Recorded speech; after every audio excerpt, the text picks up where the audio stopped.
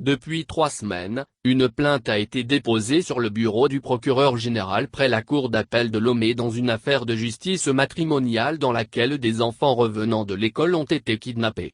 Combien de temps encore avant que les 3 enfants retrouvent la chaleur maternelle et le chemin de leur école qui a rouvert ses portes hier?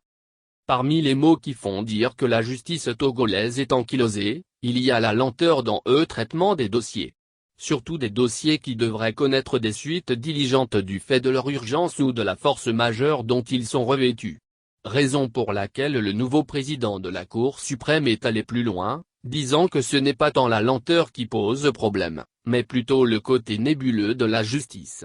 Lorsque le justiciable n'est pas au courant de ce qui se passe avec son dossier, il vient apporter des jugements sur la justice dans son ensemble, a-t-il estimé.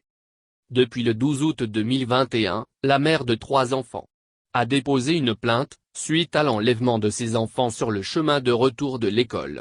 Du fait de l'inconséquence d'une juge matrimoniale qui a entre-temps rétracté l'ordonnance ayant permis l'enlèvement, cette mère ne sait plus où sont ses enfants depuis le 25 mai 2021.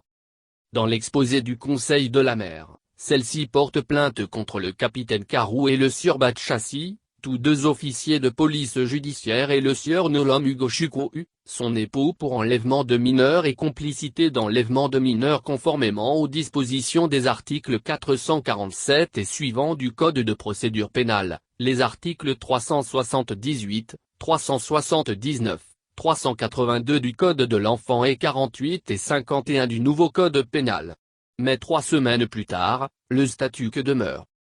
Il n'est pas donné à tout magistrat de connaître les manquements des forces de l'ordre et de sécurité envers les populations civiles. Raison pour laquelle il existe un parquet général près la cour d'appel dont une des missions est d'instruire les plaintes de civils contre des éléments de l'armée et de la police. Si les 3 enfants doivent reprendre le chemin de l'école, ce sera par la volonté du procureur général. Plutôt par sa célérité et sa disponibilité à rendre service à la nation avec diligence. Un critique du fonctionnement de la justice togolaise ayant eu vent de ce dossier s'est posé 2 questions qui confirment les dires du président de la Cour suprême. La juge matrimoniale prendrait-elle cette ordonnance qui a permis de kidnapper les enfants si la mère de ceux-ci était la sœur directe de la juge? Celui qui est procureur général actuellement dormirait-il du sommeil juste si les enfants enlevés étaient ses neveux? Hier mercredi 1 septembre, la rentrée scolaire a démarré à l'école Sahar, une école bilingue où sont inscrits les 3 enfants. Déjà que la scolarité a été brusquement arrêtée depuis le 25 mai alors que les enfants n'avaient pas encore terminé l'année.